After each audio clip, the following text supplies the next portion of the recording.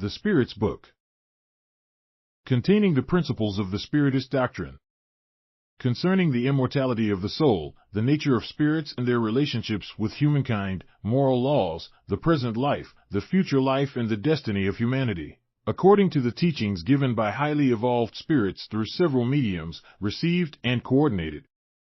By Allan Kardec. Chapter 1. God. God and the Infinite. What is God? God is the supreme intelligence, the first cause of all things. What is meant by the infinite?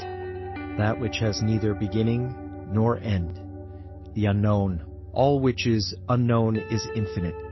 Could we say that God is the infinite?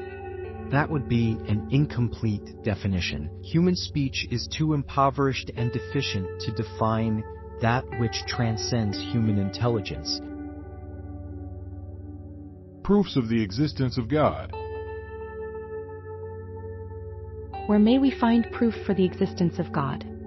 In an axiom you apply to all your sciences. There is no effect without a cause. If you would search for the cause of whatever is not the work of human beings, then reason will answer your question. All human beings have within them the intuitive sentiment of God's existence. What can we conclude from this? That God exists.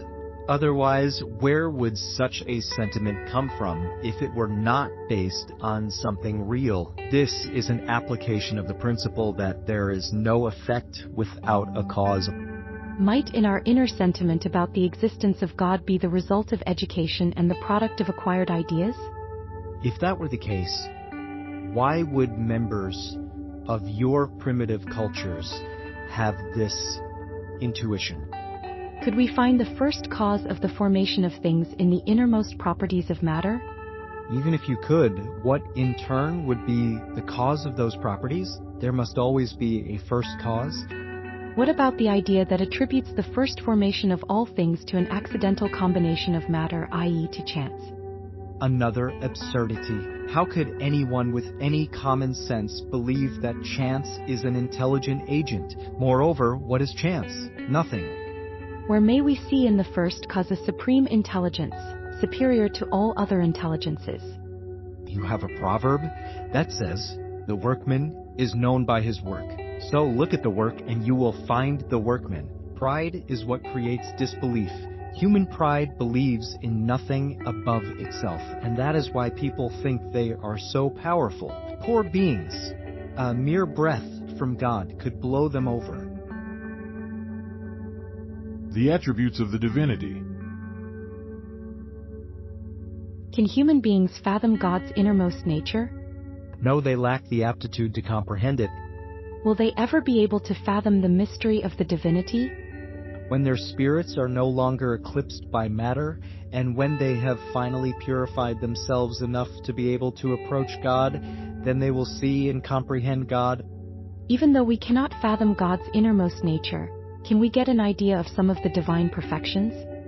Yes, some of them. Human beings comprehend them better. As they progressively overcome matter, they can get glimpses of them through thought.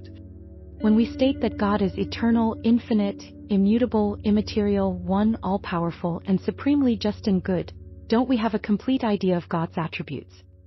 From your own point of view, yes, because you believe that in so stating them, you, therefore, have named all of them. Nevertheless, you should understand that there are things that transcend the intelligence of the most intelligent person, things your language cannot define because language is limited to your ideas and sensations. Your reason tells you that God must be perfect in those attributes to the nth degree, for if God lacked any of them or was not perfect in them to the nth degree, God would not be superior to everything else and thus would not be God. In order to be superior to everything else, God must not be subject to any change and must not be imperfect in any way imaginable. Pantheism. Is God a distinct being or, as some believe, the result of all the combined forces and intelligences of the universe?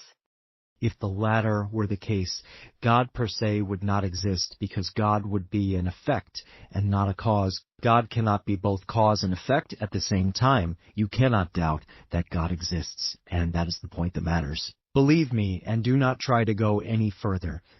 Do not try to go any further. Do not get lost in a maze from which you will not be able to exit. Trying to go further will not make you any better. Instead, it will probably just add to your pride by leading you to imagine that you understand something when you actually understand nothing at all. Therefore, put all theories aside regarding the matter. You have much more important things to be concerned about, beginning with yourselves. Study your own imperfections in order to get rid of them. That will be far more useful to you than trying to penetrate the impenetrable. What should we think of the opinion holding that all the bodies in nature, all the beings and globes in the universe are components of the divinity, and taken all together comprise the divinity itself, i.e. the pantheistic doctrine?